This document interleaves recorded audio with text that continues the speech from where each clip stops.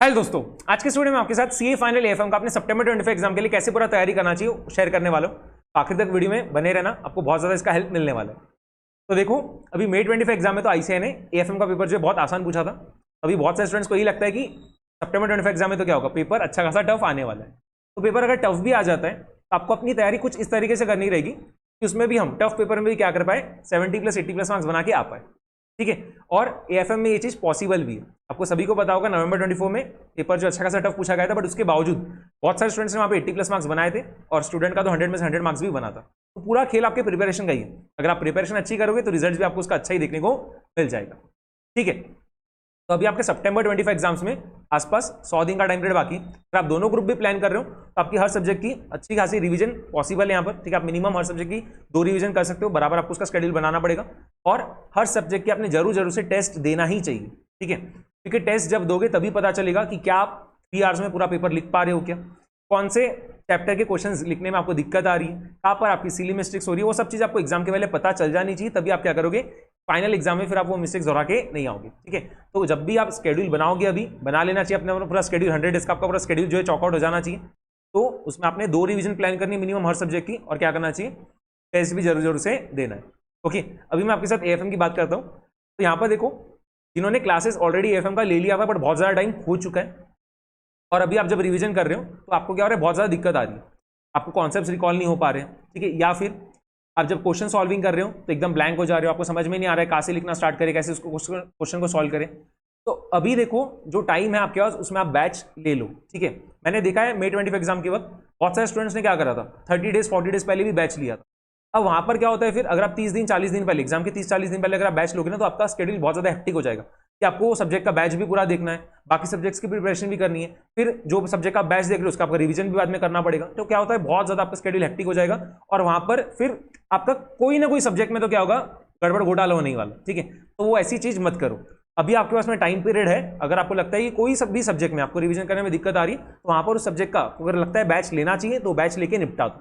ठीक है, तो देखो, अगर कोई स्टूडेंट को क्वेश्चन सॉल्विंग में या कॉन्सेप्ट रिकॉल करने में दिक्कत आ रहा है, तो आप हमारा एएफएम का जो क्रैश कोर्स बैच है ना, ठीक है, उसको परचेस कर पाओगे।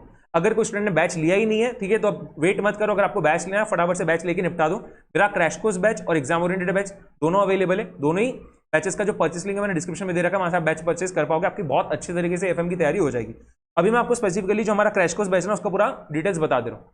यहाँ पर देखो, क्रैश कोर्स बैच में मैंने क्या करा है, बहुत कम टाइम पीरियड में पूरा की पूरा जो है कवरेज करा के दिया है। ठीक है, तो वहां पर 90 से 95 आवर्स का कंटेंट है, और उसमें क्या होगा, आपका एएफएम का बहुत अच्छे तरीके से तैयारी करके हो जाएगा। ठीक है, अब देखो 90 to 95 आवर्स का कंटेंट है, तो आपको ये नहीं लगना चाहिए कि वहां पर सर ने जो है बहुत सारा सिलेबस छोड़ दिया होगा, ऐसा नहीं है। ठीक है, मैंने वहां पर एक एक चीज पढ़ाई है, आपको बहुत सारे क्वेश्चन सॉल्व कराए, हर एक क्वेश्चन हैंड रिटन क्या करा है, आपको पूरा लिख लिख के बताया। ठीक है, मैंने कभी भी ऐसा नहीं किया कि क्वेश्चन आपको रीड करके बताया, बाद में आईसीआई का जो सोल्यूशन था वो दिखा दिया और वहां से क्या कर रहा हूं, आपको पूरा समझा रहा हूं। वैसा एक भी क्वेश्चन में नहीं किया, लिटरली एक भी क्वेश्चन में नहीं किया। हर एक क्वेश्चन हमने क्लास में लिख लिख के बनाया, और जब आप क्वेश्चंस को लिख लिख के बनाओगे तब भी आपका कॉन्फिडेंस बढ़ेगा, तभी आपको कॉन्फिडेंस आएगा कि हाँ, एग्जाम में अगर ऐसे क्वेश्चंस आते हैं तो हम भी लिख पाएंगे और हमें भी मार्क्स मिल जाएंगे वहां पर। ओके, बहुत ज्यादा क्वेश्चंस की सॉल्विंग की है, कॉन्सेप्चुअल क्लैरिटी भी आपको तगड़ी मिलेगी वहां पर। ठीक है, हर एक कॉन्सेप्ट वहां पर अच्छे से एक्सप्लेन किया गया है, तो क्या होगा, कॉन्सेप्ट बताया, उसके ऊपर बेस जितने भी क्वेश्चन है वहां पर क्या हो रहे हैं, फिर आपको सॉल्व करके देते जा रहा हूं। ठीक है, तो जब आप रिवीजन करोगे तो भी आपने वही ऑर्डर फॉलो करना चाहिए, तो आपकी रिवीजन भी बहुत अच्छे तरीके से होते जाएगी। जैसे मैंने कोई कॉन्सेप्ट एक्सप्लेन किया तो उसके बाद जो भी 5-6 क्वेश्चन थे हमने क्या करे, 7 में पूरे सॉल्व कर ली, जो क्वेश्चन होमवर्क में देना तो वो भी होमवर्क में दे दिया। ठीक है, होमवर्क में क्वेश्चंस मिलेंगे, ऐसा नहीं बोल रहा हूं मैं कभी भी कि पूरे क्वेश्चंस क्लास में मैं करा दूंगा। ठीक है, अगर मैं क्वेश्चन होमवर्क में दूंगा ही नहीं तो फिर आप वो सब्जेक्ट की रिवीजन करोगे ही नहीं ना। क्वेश्चंस होमवर्क में देने के पीछे का एक ही ऑब्जेक्टिव होता है कि आप लोग जो है बैच देखने के बाद क्या करो, रिवाइज भी करो उसे। ओके, अगर आपको कोई भी क्वेश्चन जो मैं होमवर्क में दे रहा हूं उसमें दिक्कत आती है तो आप उसको डाउट में पूछ सकते हो। ठीक है, आपको टेलीग्राम या व्हाट्सएप पे आप अपने डाउट पूछोगे, उसका आपको प्रॉपर रिजोल्यूशन मिल जाएगा, पक्की बात है, कोई भी डाउट आपका अनसॉल्व नहीं जाएगा, आपको जो है हर डाउट का आपका प्रॉपर रिजोल्यूशन मिलने वाला है।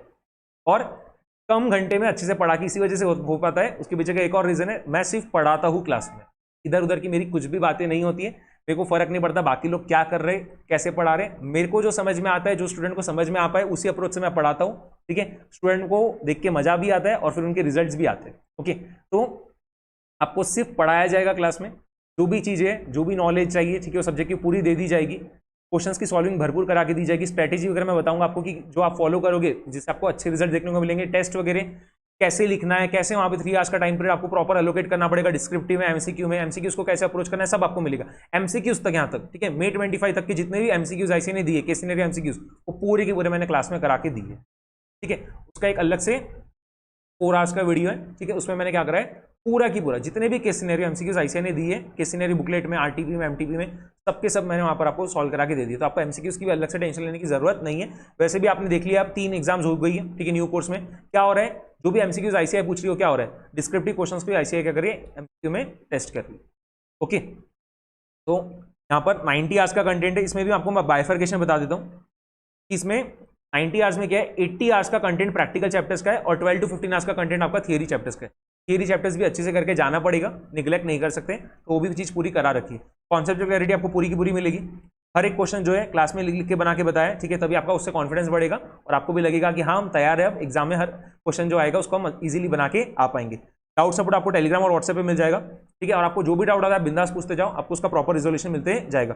टेस्ट वगैरह आपकी होगी, ठीक है, एग्जाम के लिए आपकी 2 फुल कोर्स टेस्ट देके हो जानी चाहिए, 2 फुल कोर्स टेस्ट मैं मेरे एंड से प्रोवाइड करूंगा, ठीक है, और वो आपको टेस्ट देना ही चाहिए, तभी आपको पता चलेगा कि कहाँ पर आपकी खामियां है, उसको आप सुधारोगे और एग्जाम में फिर आपके मार्क्स आ जाएंगे, ठीक है। और रिवीजन लेक्चर्स आपको क्या होगा, पूरे यूट्यूब पे मिलेंगे, ओके, हर एक चैप्टर का आपको रिवीजन लेक्चर यूट्यूब पे मिलेगा, उसको आपने देखना चाहिए। अगर आप खुद से कर रहे हो तो वेल एंड गुड, अगर आप जिधर भी अटक रहे हो कोई भी चैप्टर के रिवीजन में, तो आप रिवीजन लेक्चर को यूज में ले सकते हो। और सुपर 60 क्वेश्चन जो आते हैं एग्जाम के पहले, वो तो आपने जरूर से देखना चाहिए, और स्टूडेंट को बहुत ज्यादा हेल्प करके भी देते हैं, ठीक है। इस बार भी May 25 एग्जाम के पहले सुपर 60 क्वेश्चन आए थे और स्टूडेंट्स को उसका बहुत ज्यादा फायदा मिला, ओके। बहुत सारे क्वेश्चंस वैसे के वैसे भी छप जाते हैं, सिमिलर टाइप के क्वेश्चंस वगैरह, और उसमें क्या होता है, सुपर 60 क्वेश्चंस में हर एक कॉन्सेप्ट के बेस्ड क्वेश्चन मैं वहां पर कराता हूँ। तो क्या होता है, अगर आप वो क्वेश्चंस देखोगे तो आपका हर एक कॉन्सेप्ट का रिवीजन हो जाता है, मेन वो चीज होती है। कॉम्प्रिहेंसिव क्वेश्चन होते हैं और एग्जाम में आने की चांसेस उनकी बहुत ज्यादा होती है, तो वो सब चीज आपको क्या होगा, बैच लोगे तो मिलने वाली है और आपका एकदम अच्छे तरीके से AFM करके हो जाएगा, ओके। स्क्रीन पे जो आपको नंबर दिख रहा है उस पर आपको अगर कुछ भी डाउट है बैच से रिलेटेड तो आप पूछ सकते हो। और जैसा मैंने आपको बताया, बैच की जो परचेस लिंक है वो मैंने आपको डिस्क्रिप्शन में दे रखी है, तो वहाँ उस लिंक पे आप क्लिक करके बैच परचेस कर पाओगे, वो ठीक है, बहुत ही कम प्राइस पे बैच अवेलेबल है, तो फटाफट से जाकर बैच परचेस कर लो अगर आप लेने का सोच रहे हो तो। और अगर आपको कुछ भी दिक्कत है, ठीक है, फाइनेंशियल प्रॉब्लम वगैरह भी कुछ होगी और आपको लगता है कि बैच में और कुछ डिस्काउंट वगैरह मिल जाए, तो उसके लिए भी आप मुझे व्हाट्सएप पे मैसेज करो, मेरे एंड से जो भी चीज़ हो सकती है, जो भी बनेगा मैं मेरे एंड से आपको प्रोवाइड करके दूंगा, ठीक है।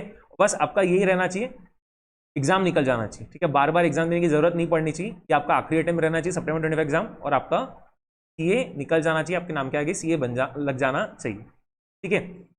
चलो, तो बस इतना ही बताना था। एक पूरा वीडियो मैं लेके आऊंगा जिसमें मैं आपको पूरा 100 डेज का स्केड्यूल शेयर करूंगा, ठीक है, पूरे। अगर आप दोनों ग्रुप प्रिपेयर कर रहे हो तो आपने कैसे तैयारी करनी चाहिए, अगर आप एक ग्रुप दे रहे हो तो कैसी तैयारी करनी चाहिए, तो उसको भी आपने जरूर से देखना है, ठीक है। और अगर आपने खुद का अपना स्केड्यूल बना रखा है तो उसको बराबर से फॉलो करो, ठीक है, कंसिस्टेंट मैनर में। ऐसा नहीं कि हफ्ते में 2 दिन फॉलो कर रहे हो, 5 दिन नहीं फॉलो कर रहे हो, वैसा नहीं होना चाहिए। हमारी सीए एग्जाम्स में कंसिस्टेंसी सबसे ज़्यादा इंपॉर्टेंट है, ठीक है। आप जितना ज़्यादा कंसिस्टेंट मैनर में अपनी पढ़ाई चालू रखोगे, रिविजन्स वगैरह चालू रखोगे, टेस्ट वगैरह दोगे, ठीक है, तो आपको एग्जाम में भी उसका जो है पॉजिटिव रिजल्ट देखने को मिलेगा। बस 100 दिन है अभी, अच्छे से पढ़ाई कर लो, पेपर्स दे दो, ये बन जाओगे, आगे की लाइफ आसान हो ही जाती है, ठीक है। एटलीस्ट पढ़ना तो नहीं पड़ेगा, और जब पैसा कमाना चालू करते हैं तभी जो है अच्छा लगता है फिर, ओके। बस पढ़ाई करो अपनी, और एक ही मोटिव रखो कि इस बार एग्जाम निकालना है, ये हमारा आखिरी अटेम्प्ट रहना चाहिए, ठीक है। तो बस अपनी पढ़ाई करो और आपका रिजल्ट बढ़ ही जाएगा, ठीक है। तो मिलते हैं अब नेक्स्ट वीडियोस में। कंटेंट आपको अच्छा लगा होगा, लाइक कर देना वीडियो को, और चैनल को सब्सक्राइब कर लेना। आपको ऐसे ही आगे स्ट्रेटेजी वीडियोस वगैरह भी मिलते जाएंगे और रिवीजन वीडियोस भी आते रहते हैं, ठीक है। तो उससे आपको बहुत ज़्यादा हेल्प मिलते जाएगी। Bye bye everyone.